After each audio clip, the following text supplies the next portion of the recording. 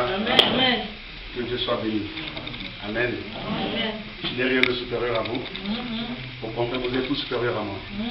Parce que vous m'avez appris tout ce que je sais. Amen. Je suis venu ici, j'étais ignorant. Je ne connaissais même pas qui était Jésus. Amen. Vous m'avez enseigné, les mamans m'ont appris, les frères m'ont appris, et je suis devenu l'homme que je suis aujourd'hui. Amen. Nous allons continuer sur notre séminaire, sur le thème des 7 piliers de l'élévation. Je vais commencer par faire un petit résumé pour les gens qui n'étaient pas là. C'est quoi les 7 piliers de l'élévation? Pourquoi 7? Pourquoi piliers? Et pourquoi élévation? 7, c'est un chiffre parfait. Alléluia. Il dit comment 7, c'est un chiffre parfait. Dieu acheva son œuvre en 7 jours, selon Genèse chapitre 2. La Bible dit Dieu acheva, il acheva, c'est-à-dire qu'il a fini ce qu'il avait commencé en 7 jours. La Bible déclare encore, dans le livre de Apocalypse chapitre 1, verset 4, qu'il y a 7 esprits devant le trône de Dieu. Alléluia. 7. Cette Bible déclare encore dans Apocalypse chapitre 1, verset 20, qu'il y a 7 étoiles. Et 7 chandeliers d'or dans la main droite du Seigneur. Amen.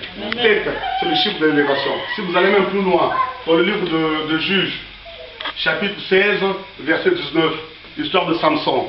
On dit que Samson, il avait 7 tresses. Amen. Donc 7, c'est le chiffre de la perfection. Amen. Voilà pourquoi j'ai dit les 7 piliers. C'est quoi pilier? Un pilier, c'est un support. Un pilier, ça permet de supporter quelque chose. Amen. Dans le langage africain, quand on dit que le monsieur est un pilier de la famille, ça veut dire que c'est ce monsieur-là qui supporte le poids de la famille. Mais le jour où le monsieur ne serait plus, on sort un trou, la famille s'écroule. Amen. Même dans un bâtiment ou un édifice, quand on dit que les piliers, la colonne, une colonne de l'édifice, ça veut dire que c'est une colonne qui soutient le bâtiment. Si vous cassez cette colonne, le bâtiment risque de s'écrouler. Amen. Maintenant, l'élévation est soutenue aussi par 7 piliers. Les piliers, ce sont des étapes qu'un enfant de Dieu doit passer impérativement pour que Dieu puisse enclencher son élévation. Retenez bien enclencher. Parce que ce verbe a son importance. Je n'ai pas dit que pour que Dieu puisse t'élever, parce que tu es déjà élevé en Jésus. Amen. Selon Ephésiens chapitre 1, verset 3. Amen. Pour que Dieu puisse enclencher ton élévation, c'est-à-dire que faire démarrer ton élévation, tu dois passer par 7 piliers. Amen. Ce sont des étapes qui sont plus ou moins douloureuses. C'est vrai qu'à la fin que Dieu va t'élever. Amen. Nous avons vu dans Exode chapitre 1, verset 20, que Dieu bénit même les païens. Amen. Dieu rend les païens prospères. Nous avons pris l'exemple de deux sages-femmes. C'était, on a parlé de Shifra et de Puya. Les 2 sages-femmes que Dieu avait bénies, que Dieu avait rendues prospères, simplement parce qu'elles avaient désobéi à Pharaon. Alléluia. Donc, mes bien-aimés, vous allez vous comprendre une chose aujourd'hui. Le plus important d'abord au début, c'est que l'élévation passe par 7 piliers. Je les ai cités dernièrement. Le premier pilier, on a parlé de la sélection. Premier pilier. Deuxième pilier, la saisie. Troisième pilier, le dépouillement. Quatrième pilier, le brisement. Cinquième pilier, j'ai parlé de la forme ou la mort. Sixième pilier, la décomposition. Et septième pilier, le dernier, le four ou le vent. Amen. Voilà les 7 piliers que les enfants de Dieu doivent passer impérativement avant que leur élévation soit enclenchée.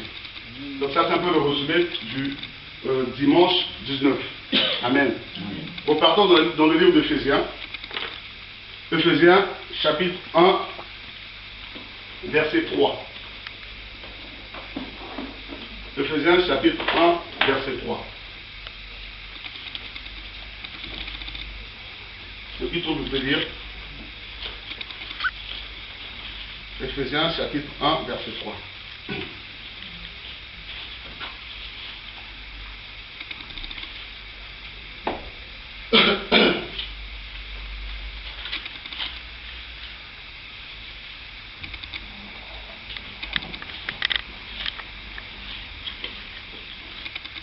J'ai dit la parole de Dieu dans le livre d'Éphésiens, chapitre 1, verset 3.